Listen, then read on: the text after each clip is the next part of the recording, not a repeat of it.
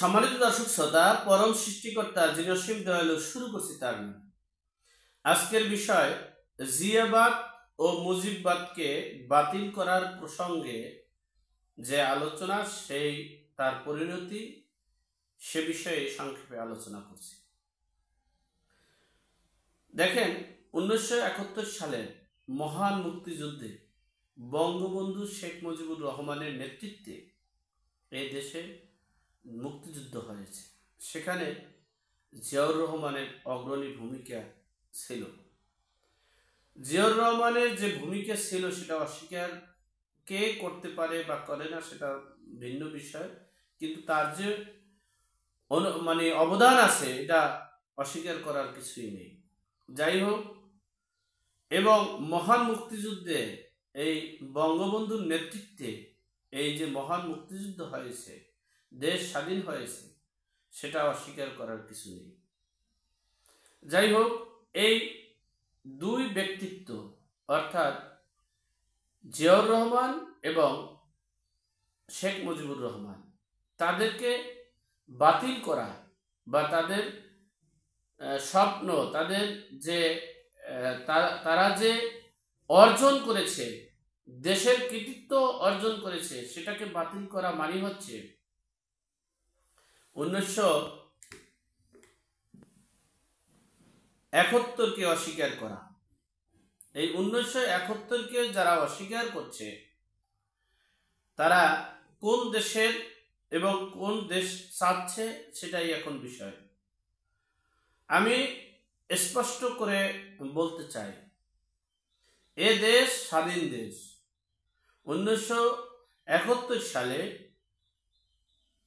3 লক্ষ নয়, 30 লক্ষ শহীদের বিনিময়ে 2 লক্ষ মা বোনের সম্মানহানির বিনিময়ে পেয়েছি আমার সোনার বাংলা। সেই সোনার বাংলায় অনেক অভ্যুত্থান হয়েছে, অনেক আন্দোলন হয়েছে, অনেক গণ অভ্যুত্থান হয়েছে, অনেক বিপ্লব হতে পারে। সে বিপ্লবের জন্য এই সমন্বয়কারীদের এবং বৈষম্য বিরোধী ছাত্রদের বলবো, জুন জুলাইয়ের যদি বিপ্লবকে ধারণ করতে চান, সেটা ইতিহাসকে মুছে ধারণ করা সম্ভব নয়, সেটা স্বাধীনতাকে মুছে সম্ভব নয়, সেটাকে বাংলাদেশের সংবিধানকে মুছে সম্ভব নয়।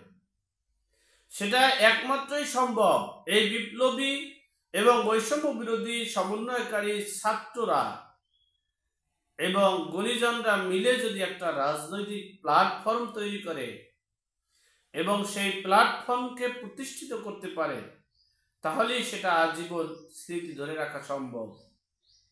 নচেৎ এই সংস্কারের নামে যা কিছুই আপনারা করতেছেন, যা কিছুই আপনাদের করা সম্ভব হচ্ছে, সব কিছু ঘোড়ার ডিমের মতো শেষ হয়ে যাবে।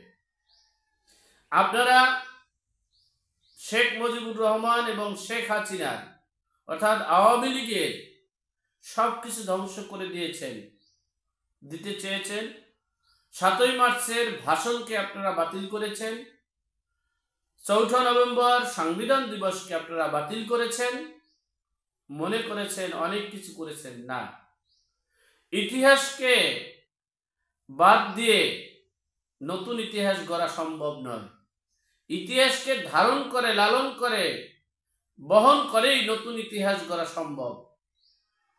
সুতরাং আপনারা যে ফেসবুকে স্ট্যাটাস দিচ্ছেন, -2-র দিকে ধাবিত হচ্ছে বিএনপি। নো, আপনারা -2-র দিকে ধাবিত করে এবং প্রতিষ্ঠিত করার সম্ভাবনার দিকে হাঁটছেন।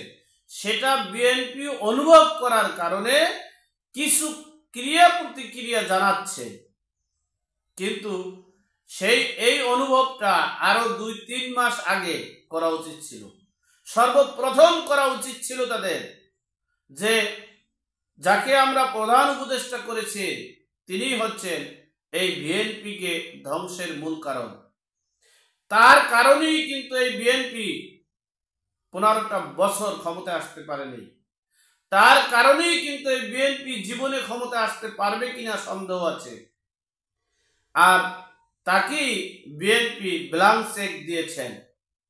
সুতরাং বিএনপি নিজের পায়ে নিজে কুড়াল দিয়েছেন, নিজের পায়ে নিজের নীতি নির্ধারকরা নিজের পায়ে নিজে কুড়াল দিয়ে দেশের আপামর জনগণ যারা এই বিএনপিকে সমর্থন করে, বিএনপিকে তো সমর্থন করে না, জিয়াউর রহমানকে সমর্থন করে, খালেদা জিয়াকে সমর্থন করে, তাদেরকে বিপদে ফেলছে এই বর্তমান বিএনপির নীতি নির্ধারকরা। সুতরাং বিএনপি কি করবে সেটা এখন দেখার বিষয়। তবে আমার দৃঢ় বিশ্বাস, বিএনপির যে জনসমর্থন আছে, বিএনপি যদি দেশের কল্যাণ চায়, বিএনপি যদি দেশের জনগণের কল্যাণ চায়, বিএনপি যদি তাদের নিজের অস্তিত্ব ধরে রাখতে চায়, তাহলে এই অন্তর্বর্তীকালীন সরকারকে বাতিল করে একটা তত্ত্বাবধায়ক সরকার গঠন করে, সেই তত্ত্বাবধায়ক সরকারে এই অন্তর্বর্তীকালীন সরকারের একজন সদস্য থাকতে পারবে না, সেটা নিশ্চিত করে আগামী 90 দিনের ভিতরে যদি নির্বাচন দিতে না পারে, বিএনপি আর কোনোদিন নির্বাচনে আসতে পারবে কিনা সেটাই সন্দেহ। যদি কোনো অলৌকিক কোনো ঘটনা থাকে, যদি কোনো অলৌকিক কোনো কিছু থাকে, তাহলে হয়তো বা হতে পারে, সেটা ভিন্ন বিষয়। কিন্তু রাজনীতির প্ল্যাটফর্ম থেকে বিএনপি ধ্বংসের দিকে ধাবিত হচ্ছে। অপরদিকে সমন্বয়কারী এবং বৈষম্য বিরোধী ছাত্ররা তারা যদি মনে করে হাসিনাকে হটাইয়ে ফেলেছি, আওয়ামী লীগকে শেষ করে ফেলছি, দ্বিতীয় স্বাধীন করে ফেলছি, তাহলে এবং জিয়াউর রহমানের জিয়াবাদী শেষ করে ফেলবো, এটা তো ওয়ান টুর ব্যাপার, তাহলে মনে রাখবেন আপনাদের কিন্তু চরম খেসারত দিতে হবে। আপনারা যে জায়গায় আছেন সে জায়গায়ও থাকতে পারবেন না। এদেশের মানুষ বড় নির্মম। আপনাকে মাথায় উঠাইতে সময় লাগে না, মাথার থেকে নামাতেও সময় লাগে না। যদি আপনারা মনে করেন যে 1972 সালে সংবিধান শেষ করবেন, যদি আপনারা মনে করেন আওয়ামী লীগের নিবন্ধন বাতিল করবেন, যদি আপনারা মনে করেন যে ইতিহাসকে বাতিল করবেন, ভুল পথে হাঁটছেন, যার খেসারত আপনাকে দিতে হবে। আপনাদের কাছে সমন্বয়কারী, বৈষম্য বিরোধী এবং উপদেষ্টা পরিষদের কাছে দেশের জনগণের দাবি ছিল ন্যায় বিচার প্রতিষ্ঠা করা, জানমাল ও মৌলিক অধিকার নিশ্চিত করা এবং দ্রব্যমূল্য নিয়ন্ত্রণ করা, দেশের অর্থনৈতিক ব্যবস্থাকে স্বাবলম্বী করা। সেটা না করে আপনারা সংস্কারের নামে দেশ থেকে অর্থ আত্মসাৎ সহ দেশের অর্থনৈতিক ব্যবস্থাকে ধ্বংস করে দিয়েছেন। আমি এই বৈষম্য বিরোধী ছাত্র সমন্বয়কারীদেরকে বলবো, আপনারা মনে করিয়েন না দেশের ইতিহাসকে শেষ করে নতুন ইতিহাস গড়াবেন, প্রশ্নই আসে না। ইতিহাস কাউকে ছাড় দেয় না। আজকে আপনি ইতিহাস গড়াইছেন, কালকে আপনার ছেলে মেয়ে নতুন করে ইতিহাস গড়াবে।